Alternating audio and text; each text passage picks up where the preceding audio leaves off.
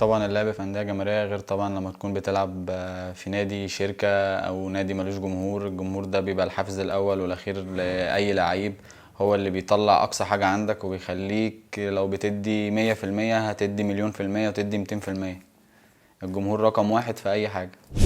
طموحي مع النادي المصري نحقق مركز كويس وننافس على الدوري ونرجع ناخد بطولة. طموحي مع المصري طبعا أول حاجة إن احنا نرجع النادي يرجع لوضعه الطبيعي ونبتدي ننافس على البطولات، لأن النادي المصري نادي كبير ما يقلش أي حاجة عن الأندية الموجودة وفي أندية القمة كلها. انتظروا مني أكتر حاجة وأكتر حاجة هقدر أقدمها للنادي، وإن شاء الله نقدر نعمل حاجة للنادي كويسة، وعايزينكم دايما في ظهرنا، وإن شاء الله مع بعض كلنا هنقدر نعمل حاجة كويسة للنادي.